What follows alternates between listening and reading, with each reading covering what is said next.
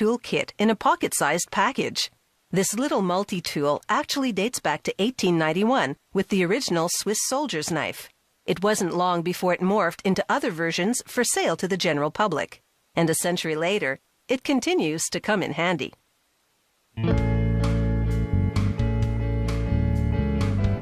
Lost in the wilderness?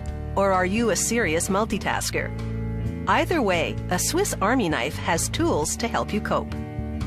Production starts with this big coil of stainless steel. Equipment pulls it between a press and a die.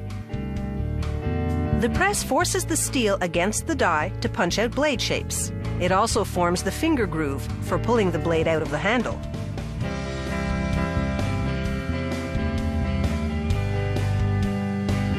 They mass-produce parts like can openers and pliers using the same technique.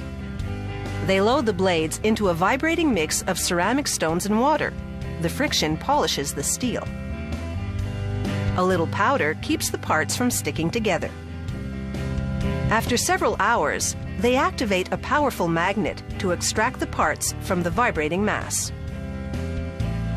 The process has smoothed the blades significantly, but the metal is weak and dull.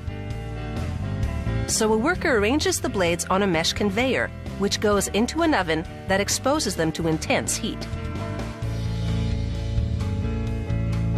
A quick cool down follows, which toughens the steel considerably. The hardened blades now ride a carousel into a grinding station, which slims and trims them. That green liquid keeps them cool during this process. Afterwards, a computerized tool measures the blades.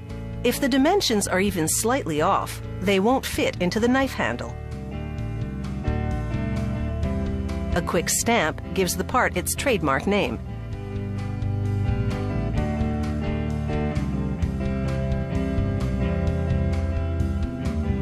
To build the Swiss Army knife, they slide everything onto brass rivets, beginning with an aluminum spacer. A flat metal spring goes on next, followed by a can opener, a screwdriver, and an awl, a punch to make holes in leather. They stack another spacer and spring on top.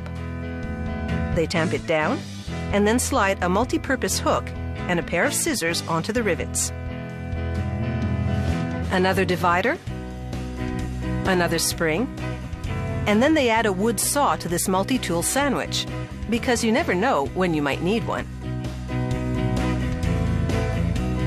They press fit the main blade, a corkscrew, and a smaller blade onto the assembly. One final spacer, then they secure the rivets with attachments called bushings. Incredibly, they've packed 9 tools into a bundle that's only 2.5 centimeters thick. They chop off the tops of the rivets to make them flush with the bushings, and then the spinning tool flattens them. The result is a multi-pronged tool that's virtually impossible to pull apart.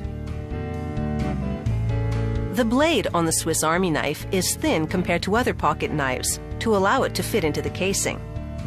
They grind the cutting edge to angle it at just under 15 degrees. This makes it razor sharp, ensuring there won't be many dull moments in this blade's lifetime. They measure the angled edge with a laser to verify that it's on the mark. And now it's time for the handle. It comes in 2 parts. They sandwich the tool bundle between them and press everything together.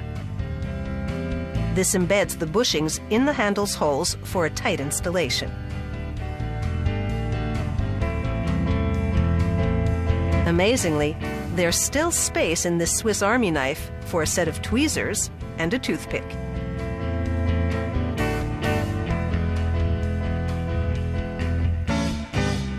Finally, they inspect every tool to confirm that it's in perfect condition and that it springs out of the handle as it's designed to.